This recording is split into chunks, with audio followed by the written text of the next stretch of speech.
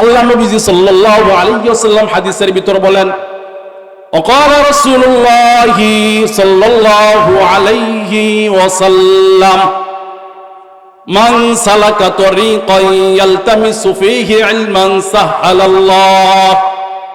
سهل الله له به طريقا إلى الجنة। যে ব্যক্তি ইলমে দ্বীন শিক্ষা করার জন্য ঘর থেকে বাহির হয়, ইলমে দ্বীন শিক্ষা করার জন্য ঘর থেকে বাহির হয়, আল্লাহ রাব্বুল আলামিন ওই তলবে ছাত্র বা ছাত্রীর জন্য বেহেশতের রাস্তা সহজ করে দেন। জোরে বলেন সুবহানাল্লাহ। বেহেশতের রাস্তা সহজ করে দেন, আসান করে দেন। শুধু তাই না, যে ব্যক্তি ইলমে দ্বীন শিক্ষা করার জন্য ঘর থেকে বাহির হইল, আল্লাহর পয়গম্বর বলে আসমানের নিচে জমিনের উপরে যত মাখলুকাত আছে, যত প্রাণী আছে, সমস্ত মাখলুকাত ওই ব্যক্তির জন্য রহমতের দোয়া করে। নাহমাদুহু ওয়া নুসাল্লি আলা রাসূলিল কারীম। আম্মা বা'দ ফাআউযু বিল্লাহি মিনাশ শাইতানির রাজীম। বিসমিল্লাহির রহমানির রহিম। আলিফ লাম মিম। যালিকাল কিতাবু লা রাইবা ফীহি হুদাল লিল মুত্তাকিন। وقال رسول الله صلى الله عليه وسلم من سلك طريقا يلتمس فيه علما سهل الله له به طريقا إلى الجنة أو كما قال عليه الصلاة والسلام। আমরা সকলে দুরূদ শরীফ পড়ি। আল্লাহুম্মা সাল্লি আলা মুহাম্মাদিন ওয়া আলা আলি মুহাম্মাদ কামা সাল্লাইতা আলা ইব্রাহিম ওয়া আলা আলি ইব্রাহিম ইন্নাকা হামিদুম মাজিদ। اللهم بارك على محمد وعلى آل محمد كما باركت على إبراهيم وعلى آل إبراهيم إنك حميد مجيد। मोहम्मद ने आकर कुफर को मिटाया, कुफर को मिटा कर सदाकत बताया। बलगल उला बिकमालिही कशफत तुजा बिजमालिही हसनत जमीउ खिसालिही सल्लु अलैहि व आलिहि। ला इलाहा इल्लल्लाह, ला इलाहा इल्लल्लाह। বহু দূরে মদিনা আমি কেমনে যাব জানি না। দয়া কর দয়ার আল্লাহ, দয়া কর দয়ার আল্লাহ, ফুরাও মনের বাসনা। লা ইলাহা, মহব্বতের সাথে বলেন লা ইলাহা ইল্লাল্লাহ, লা ইলাহা ইল্লাল্লাহ। রিস্কা চলে না চালক ছাড়া, নৌকা চলে না মাঝি ছাড়া, মুমিন চলে না জিকির ছাড়া, মুমিন চলে না জিকির ছাড়া, দুনিয়া চলে না আল্লাহ ছাড়া। লা ইলাহা ইল্লাল্লাহ লা ইলাহা ইল্লাল্লাহু মুহাম্মাদুর রাসূলুল্লাহ সুবহানাকা লা ইলমা লানা ইল্লা মা 'আল্লামতানা ইন্নাকা আনতাল আলিমুল হাকীম। আলহামদুলিল্লাহ। আল্লাহ রাব্বুল আলামিন বলে লা ইন শাকারতুম লা আযীদান্নাকুম ওয়া লা ইন কাফারতুম ইন্না আযাবি লাশাদীদ। যদি আল্লাহ রাব্বুল আলামিনের কোনো বান্দা বান্দি নিয়ামত পেয়ে নিয়ামতের শুকরিয়া আদায় করে, আল্লাহ রাব্বুল আলামিন তার নিয়ামতকে আরো বাড়ায় দেয়। জোরে বলেন সুবহানাল্লাহ। আর যদি আল্লাহ রাব্বুল আলামিনের নিয়ামত পেয়ে নিয়ামতের নাশুকরিয়া আদায় করে, আল্লাহ রাব্বুল আলামিন তার নিয়ামতকে ছিনাই নেয় এবং কঠিন আযাব দ্বারা গ্রেফতার করে। জোরে বলেন নাউজুবিল্লাহ। আল্লাহ রাব্বুল আলামিন আপনাকে আমাকে অসংখ্য অগণিত নিয়ামত দান করেছে। যদি কোনো মানুষ জন্মের পর থেকে কিয়ামত পর্যন্ত আল্লাহ তাআলা নিয়ামতের শুকরিয়া আদায় করে, আল্লাহ তাআলা নিয়ামতের শুকরিয়া আদায় করিয়া শেষ করতে পারবে না। কথা বলেন ঠিক কি না? আল্লাহ রাব্বুল আলামিন বলে ওয়া ইন তাউদ্দু নি'মাতাল্লাহি লা তুহসুহা। আল্লাহ রাব্বুল আলামিন বলে হে মানুষ, তোমরা যদি আমার নিয়ামতকে গণনা করতে শুরু করো, আমার নিয়ামত গণনা করিয়া শেষ করতে পারবা না। সুবহানাল্লাহ। আল্লাহ রাব্বুল আলামিন, আমি যে আয়াত তেলাওয়াত করেছি, আল্লাহ রাব্বুল আলামিন বলে আলিফ লাম মিম যালিকাল কিতাবু লা রাইবা ফীহি হুদাল লিল মুত্তাকিন। আল্লাহ রাব্বুল আলামিন বলে যালিকাল কিতাব, এটা এমন কিতাব যে কিতাবের ভিতর কোনো ভুল নাই, কোনো সন্দেহ নাই। চিৎকার দিয়া বলেন না সুবহানাল্লাহ। কোরআন নাজিল করেছে কত শো বছর হয়ে গেছে, আজ পর্যন্তই একটা হরফ দূরের কথা, একটা জের জবরতরি কেউ উলট পালট করতে পারে নাই, কিয়ামত পর্যন্ত পারবে না। কথা বলেন ঠিক কি না? আল্লাহ রাব্বুল আলামিন বলে ইন্না নাহনু নাযালনা যিকরা ওয়া ইন্না লাহু লাহাফিযুন। আল্লাহ রাব্বুল আলামিন বলে আমি এই কোরআনকে অবতীর্ণ করেছি, আমি আবার আল্লাহ রাব্বুল আলামিন এই কোরআনকে আমি হেফাজত করব, হেফাজতের দায়িত্ব আমি আল্লাহ স্বয়ং গ্রহণ করেছি। জোরে বলেন সুবহানাল্লাহ। দুনিয়ার সব কিছু ভুল হইতে পারে, ওলট পালট হইতে পারে, কিন্তু এই কোরআনের ভিতর কোনো ভুল আছে? জোরে বলেন আছে? নাই। এই কোরআনের ভিতর কোনো ভুল নাই।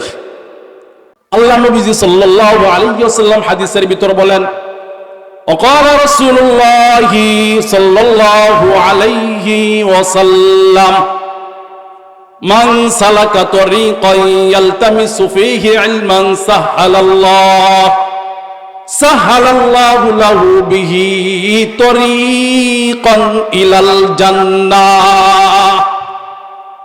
যে ব্যক্তি ইলমে দ্বীন শিক্ষা করার জন্য ঘর থেকে বাহির হয়, ইলমে দ্বীন শিক্ষা করার জন্য ঘর থেকে বাহির হয়, আল্লাহ রাব্বুল আলামিন ওই তলবে ছাত্র বা ছাত্রীর জন্য বেহেশতের রাস্তা সহজ করে দেয়। জোরে বলেন সুবহানাল্লাহ।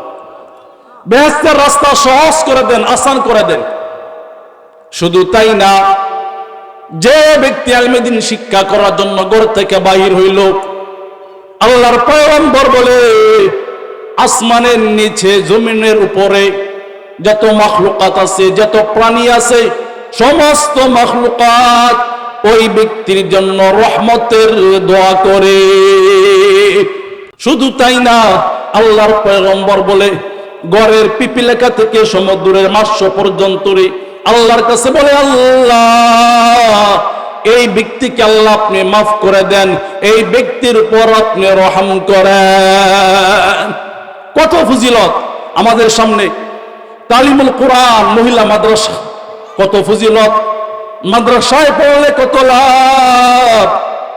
আল্লাহর পয়গম্বর বলে হে আবু যর, সকালবেলা মক্তবে যাইয়া যদি একটা হরফ তুমি পাঠ করা, একটা হরফ আল্লাহ রাব্বুল আলামিন একটা আয়াত শিক্ষা করলে আল্লাহ রাব্বুল আলামিন তার আমল নামার ভিতরে 100 রাকাত নফল নামাজ পড়ার সব দান করে।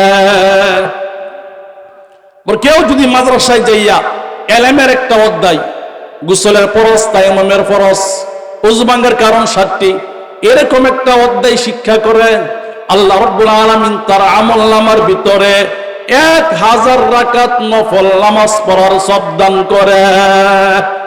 ও মা, দিলের কানে কথাগুলো শুনেন মা।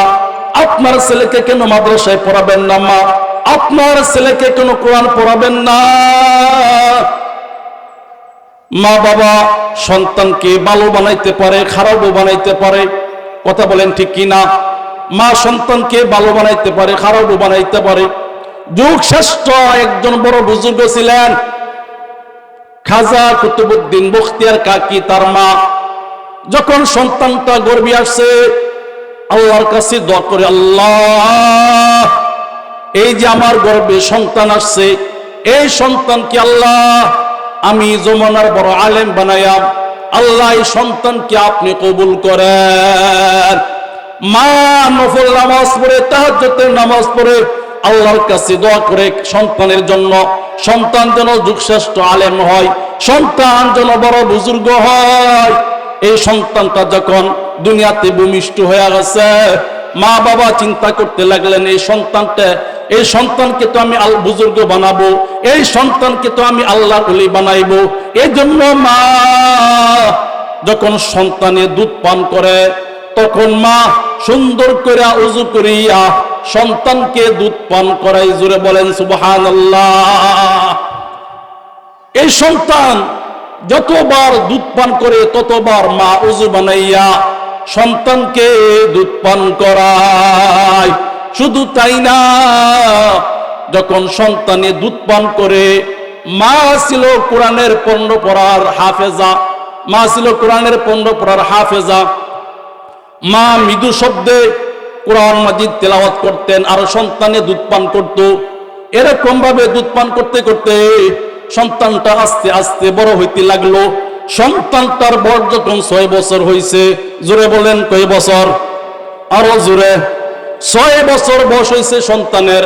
6 বছর বয়স, বাড়ির পাশে একটা মাদ্রাসায় দিছে সন্তানকে।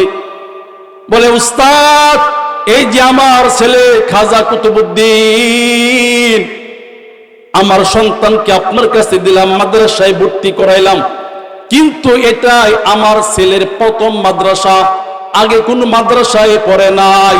আপনি তাকে প্রথম থেকে সবক পড়াবেন, আপনি তাকে প্রথম থেকে সবক দিবেন।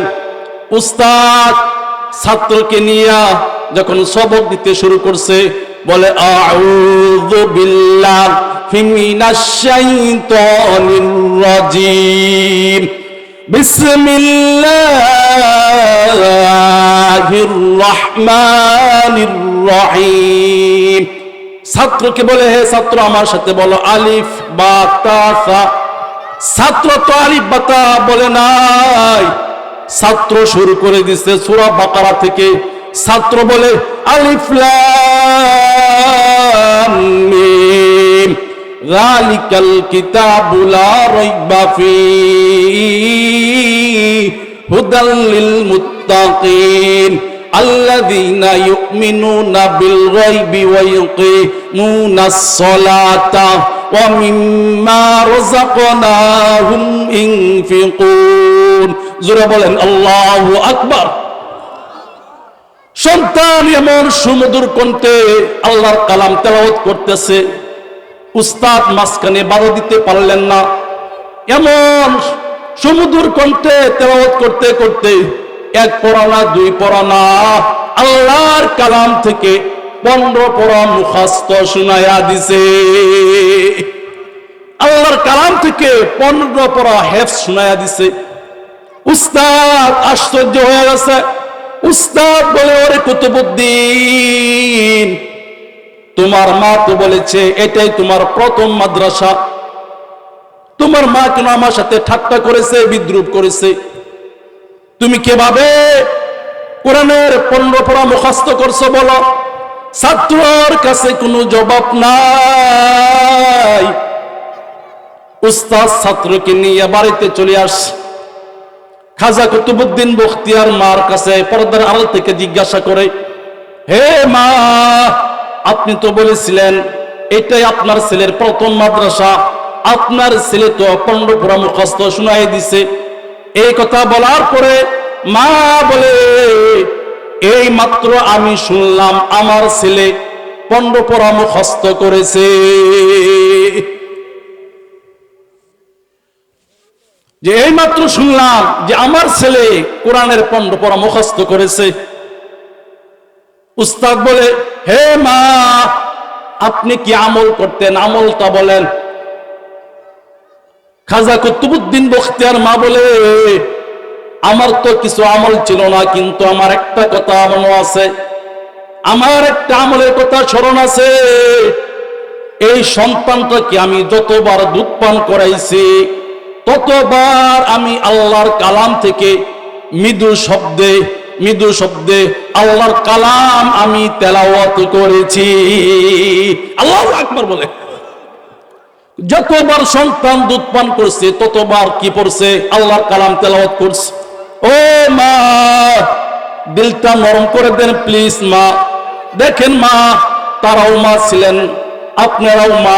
ও মা, তারা সন্তানের পিছনে কি মেহনত করেছে, সন্তানটা যেন আলেম হয়, সন্তানটা যেন বুজুর্গ হয়, সন্তানটা যেন যুগ শ্রেষ্ঠ একজন আলেম হয়।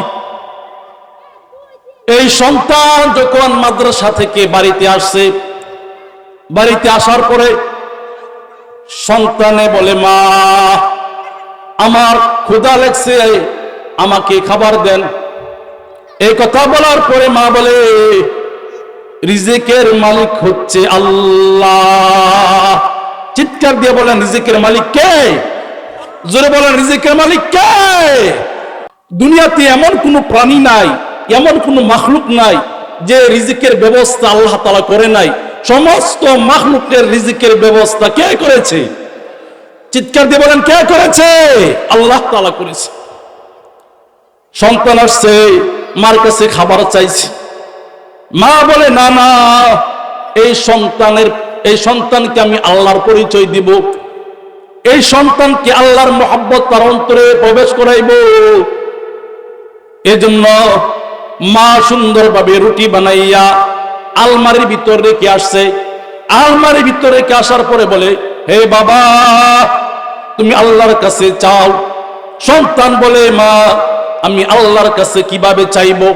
মা সন্তানকে শিক্ষা দেয়, বলে, বাবা, সুন্দর করে ওযু করবা, যাই নামাজ নিয়া 2 রাকাত নামাজ পড়বা, নামাজ পড়িয়া আল্লাহর কাছে মুনাজাত করবা, মুনাজাত করিয়া আল্লাহর কাছে চাইবা। অবশ্যই অবশ্যই আল্লাহ তোমার রিজিকের ব্যবস্থা করব। সন্তান মাদ্রাসা থেকে এসে ওযু বানাইয়া যাই নামাজ বিছাইয়া নামাজ পড়ি আল্লাহর কাছে দোয়া করে। এই ফাঁকে মা সুন্দরভাবে রুটি বানাইয়া আলমারির ভিতর রেখে আসছে। যখন মুনাজাত করিয়া শেষ, তখন মা বলে, বাবা, মনে হয় আল্লাহ তাআলা তোমার রিজিকের ব্যবস্থা করেছে, যাও তোমার কক্ষে যাও, তোমার রুমে যাও। সন্তান রুমের ভিতরে গেছে, যাওয়ার পরে দেখে গরম গরম রুটি। বলেন না সুবহানাল্লাহ। সন্তান রুমের ভিতরে যাওয়ার পরে দেখলেন গরম গরম রুটি। সন্তান রুটি খায়। এরকম ভাবে মা নিয়ম করতেছে, পদ্ধতি শিখাইতেছে, আল্লাহর মহব্বত শিখাইতেছে। সন্তানে প্রশ্ন করে বলে, মা, আল্লাহ বুঝি সারা পৃথিবীর সমস্ত মানুষকে খাওয়ায়? মা বলে, হ্যাঁ, আল্লাহ তো সারা পৃথিবীর সমস্ত মাখলুককে রিজিক দেন। সন্তান বলে, আল্লাহ কত মহান, আল্লাহ কত বড়, আল্লাহ কত ভালো। ছোট মানুষ যে আল্লাহ আমাকে প্রতিদিন রিজিক দেয়। কথা বলেন ঠিক কি না? কিন্তু মা যে রুটি বানায় সে জানে না। মা একদিন কোনো এক আত্মীয়র বাড়িতে চলে গেছে, অনুষ্ঠানে চলে গেছে। যখন সন্তান মাদ্রাসা থেকে বাড়িতে আসছে, মা যে আত্মীয় বাড়িতে চলে গেছে, মা ঠিক টাইমে আসতে পারে নাই। সন্তান মাদ্রাসা থেকে বাড়িতে চলে আসছে। এখন মার কলিজা থর থর করে কাঁপতাছে, বলে আমার সন্তানকে তো আল্লাহর পরিচয় দিতেছিলাম, আমি তো এই সময় বাড়িতে থাকতে পারবো না। আল্লাহর কাছে বলে, আল্লাহ আমার সন্তানের জন্য আপনি রিজিকের ব্যবস্থা করেন, আমার সন্তানের জন্য আপনি রিজিকের ব্যবস্থা করেন, যেন আমার সন্তান আপনার পরিচয় লাভ করতে পারে। মা দোয়া করে, আর সন্তান মাদ্রাসা থেকে যখন বাড়িতে আসছে, সুন্দরভাবে ওযু বানাইয়া আগের নিয়মেই নামাজ পড়িয়া মোনাজাত করছে। মোনাজাত করার পরে সন্তান দোয়ার ভিতরে বলে, আল্লাহ আজকে আমার মা বাড়িতে নাই, আল্লাহ আপনি আমার রিজিকের ব্যবস্থা করেন, আল্লাহ আমার খুব খিদা লেগেছে, আল্লাহ আপনি আমার রিজিকের ব্যবস্থা করেন। সন্তান মোনাজাত করিয়া কক্ষের ভিতরে গেছে, রুমের ভিতরে গেছে, যাইয়া দেখে রুমের ভিতরে এমন সুগন্ধি, এমন সুগন্ধি রুমটা হয়ে গেছে, মনে হয় রুমের ভিতরে কেউ জান্নাতের খাবার রাখছে। চিৎকার দিয়া বলেন না সুবহানাল্লাহ। মনে হয় রুমের ভিতরে কেউ জান্নাতের খাবার রাখছে। সন্তান আসিয়া রুটি খাইছেন, এমন স্বাদ অনুভব করছে। সন্তান মনে মনে চিন্তা করলো, এমন রুটি আমি আমার জীবনে খাই নাই। সন্তান ঘুমায়া পড়ছে। মা তাড়াতাড়ি অনুষ্ঠান থেকে বাড়িতে আসছে, আসার পরে দেখে সন্তান ঘুমায়া পড়ছে। মা মনে করছে সন্তানে কোনো কিছু খাই নাই, এই জন্য মা রুটি বানাইয়া আলমারির ভিতরে রেখে আসছে। সন্তানের কাছে আসিয়া সন্তানের কপালে একটা চুমু দিয়া বলে, বাবা মনে হয় তোমার ক্ষুধা লাগছে, তুমি কিছু খাও নাই, যাও যাও তুমি নামাজ পড়ো, আল্লাহর কাছে দোয়া করো। সন্তান বলে, মা আমি তো অনেক আগেই আসছি, আমি নামাজও পড়ছি, আল্লাহর কাছে দোয়াও করছি, আমি রুটিও খাইছি মা, কিন্তু মাগো আজকে যে রুটিটা খাইছি মনে হয় এইটা দুনিয়ার কোন রুটি না গো মা, এটা হলো জান্নাতের রুটি। একটু জোরে বলা যাবে নি সুবহানাল্লাহ। মা সন্তানকে একাত্মবাদের শিক্ষা দিচ্ছে। এই জন্য একটা প্রবাদ আছে, বাপ গুণে তার বেটা ভালো, মা গুণে তার জি, গাই গুণে তার দুধ ভালো, দুধ ভালো তার ঘি। কথা বলেন ঠিক কিনা?